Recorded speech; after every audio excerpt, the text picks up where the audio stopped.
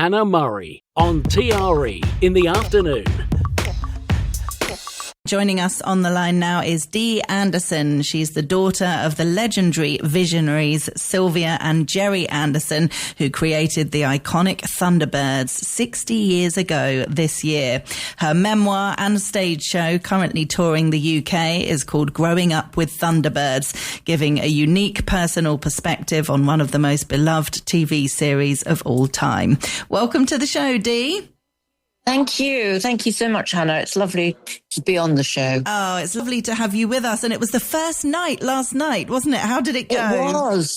It was amazing. I mean, we had very little rehearsal because it was in the middle of, it was near Leicester Square actually, and there was a complete outage, a power outage. So we didn't have any rehearsals in the afternoon. Everything was in black. But once we got going, it was fantastic. And the audience joined in. It was really spectacular. I mean, I just loved doing it. And hopefully, I had a great feedback. So I'm very grateful to the lovely audience. Oh, that's wonderful. It is amazing, isn't it? A show that was around 60 years ago, how fondly it's still remembered and loved so much by the fans today. Why do you think it stood the test of time so much? I think this is a combination of things. I think it's because the characters were very lifelike, even though they were made of balsa wood.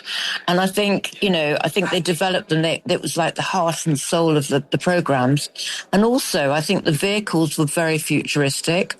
That some of them were more sophisticated than, some movies, like 2001, which was made a few years later. And I think because they did a lot of research, they went to NASA, and they signed the official Secrets Act, but came back with some great ideas. And also the music. The music was very instrumental in lasting the, test of time. Yeah. And it's still played today by the Royal Guards and everywhere in concerts. I mean, it's spectacular, the music. Yes. And the whole puppetry aspect, Super Mario Nation. I mean, it was a big deal, wasn't it? It was really pioneering what they were doing. Oh, yeah, very much so, very much so. And in fact, the whole thing about pioneering was that I think my mum had created characters who were female, doctors and pilots, and Lady Penelope's secret. Usually they were sort of, depicted by blokes, So she decided that she wanted women to have a sort of headline, and also not just to be making the tea and barefoot in the kitchen, Yeah, it was lovely for young girls, and women, I suppose, but watching it on television and seeing, as you say, these women in important jobs. Yeah, important roles. Yeah, exactly.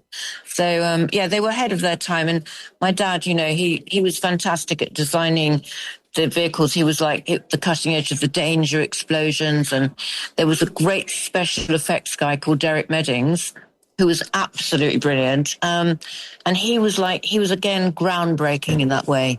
So he had, he went on to do big movies after that. Yeah. But they had a great team. But my mum was very much the one she was the writer in the family. Yeah. And not a lot of people know that because, the guys always got the credits. Isn't that interesting? And she's just been recognised because Barbara Broccoli was her friend, the Bond lady. And she said that my mum was her mentor as a young girl. And she said that, she spoke to ITV, and ITV have very kindly given us given her a recognition and funded a scholarship in her name for new screenwriters with the British Television and Film School, which is the main one in Beaconsfield. So that's, so my mother would be thrilled about that because she loved, introducing new talent. And that's exactly what she was about. And her writing skills were, as we know from the series, they were fantastic. Yeah, what a legacy. That's amazing. So the scholarship's going to provide full funding for 5 students with the first scholar beginning their training in January next year. That's fantastic. Yes, exactly. So anyone who wants to apply, do it now. You could be the next big thing. How lovely. You must be so proud of her. Oh, I am. I really, really am. I mean, I owe her a lot, particularly because she gave me a lot of sort of recognition too, creatively. I mean, a lot of parents say, get a proper job, and she didn't do that. She encouraged me to do what I was best at. And so, I got a scholarship into drama school. She got a scholarship into a university at that time, which was unheard of from a working class background that she came from. So, I think we have sort of big dreams, and sometimes, most of the time, it's like manifestation nowadays that people talk about. Yeah. It's, if you dream big, you achieve. Yeah. And I think it's important to follow your dreams, and to keep going. I think resilience is the big one for me. Oh, lovely. And so what was it like growing up with Thunderbirds, as it says in the title? I mean, how old were you when all this was happening, if you don't mind me asking? No, not at all. Actually, by the time we got to Thunderbirds, I was in my early teens, or 12 or 13. I think I was 12, actually, when it started. And then it went on, it came back in the 70s, 80s and 90s.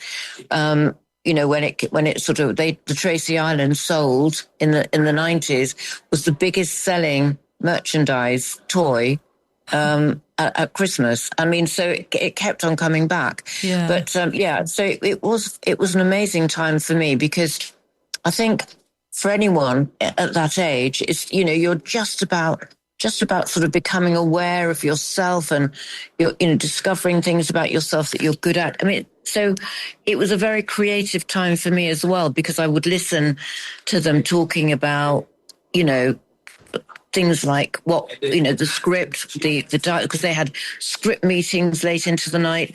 They treated it like a Hollywood movie, actually. Mm-hmm. So, so that it was a serious thing. It wasn't just puppets. It was, they became, all these little people became icons and stars. Yeah. And these puppets, the people who made the puppets and also operated the puppets, incredibly skilled. I mean, the cost was huge. I mean, it was hundreds of pounds at the time per puppet, but now it would be thousands. Yes, absolutely. Thousands.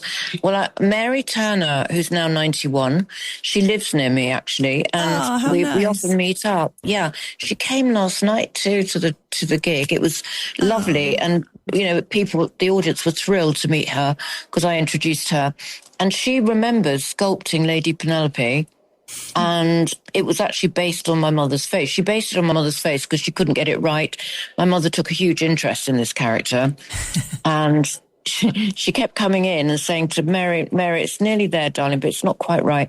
So she went off and she decided to do Sylvia's face and not tell her. And she came in on the Monday and she said, Mary, that's perfect. So it's like, she said, Sylvia, it's you. So you're the daughter of Lady Penelope. Oh, gosh, I am. And actually, my mother has always told me that the shape of my eyes were based on mine. Shape of her eyes were based on mine. So, I mean, it was quite something. I didn't think anything at the time, because it's all perfectly normal, isn't it? When whatever you do with your parents, you just think everyone's the same. But what was it like? You were obviously at school then when it first came out on television. What were your friends like?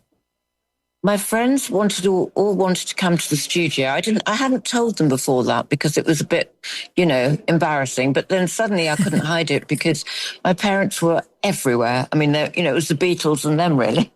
So it was like they were on telly all the time. They had amazing sort of celebrity friends who used to come and see us. That Shirley Bassey would pop in, or Des O'Connor, who lived nearby. And suddenly I couldn't hide it, because, my friends were saying, we saw your mum and dad on telly. What are they doing? And I'd say, well, actually, yeah. So suddenly they all wanted to come to the studio, which was normal for me. But I remember seeing their faces the first time I took them in, a couple of my friends, and it was like, oh my God, this is amazing. And I actually thought, it is amazing. Yeah. So I kind of started to understand. Yeah, I was going to say it must have been a moment when you realised that they weren't just your parents that were doing some cool stuff. They were famous, and they were important, special people. Yes, I know. It was like that. They were the sort of powerful couple at the time, and, you know, revered by everyone. And that was extraordinary. That was quite funny, really. For me. Yes. But it was good. It was a good, positive experience, really. Oh, that's nice to hear, definitely. And you've gone on to appear on lots of various different TV shows and films and things, so you've kept in the Yes. acting side of things. Yes, and singing. I've actually got a trained voice, and my voice teacher, the very first voice teacher, said to me he wanted me to, you know, study opera, but actually I'm not a fan, which is a terrible thing to admit, but I'm not a fan. I prefer jazz, and so I became a jazz singer, and I have won an award for jazz, and I also sing in the show. Yes. But just 2 or 3 songs in the show.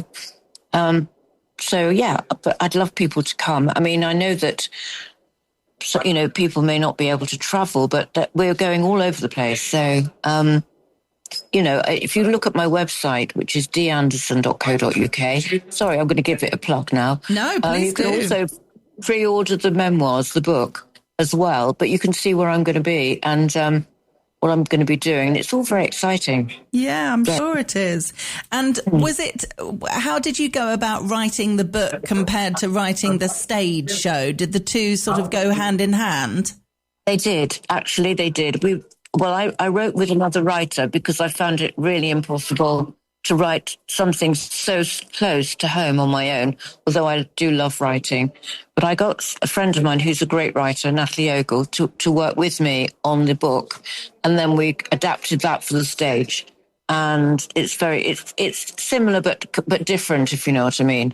So, both go hand in hand, really. And we had a great time doing it. And it evoked a lot of memories for me. It just, you know, it brought up a lot of stuff that I'd kind of buried, really. And so it was good and it was emotional and, you know, it was quite revealing in lots of ways. And I think it was a good journey for me to go on myself. Nice. So you're pleased you've done it? Yes, I'm very pleased. Yes. Very pleased. And it went well last night. The audience were great. So. Oh, that's fantastic. And you're going to, as you say, around the UK, places like Leeds, Norfolk, Hampshire, London, all over the place. All over the place, yes. So, great stuff. Yes, thank you. Well, if people want to have a look on your website, as you mentioned, deeanderson.co.uk, and they can see all the dates there and pre-order the book from there. And, I wish you the best of luck, Dee. It's been lovely to chat with you, and I hope it continues to go really well. Oh, thank you so much, Hannah. It's lovely to chat to you too. And you. Take care. Take care. Bye. Bye.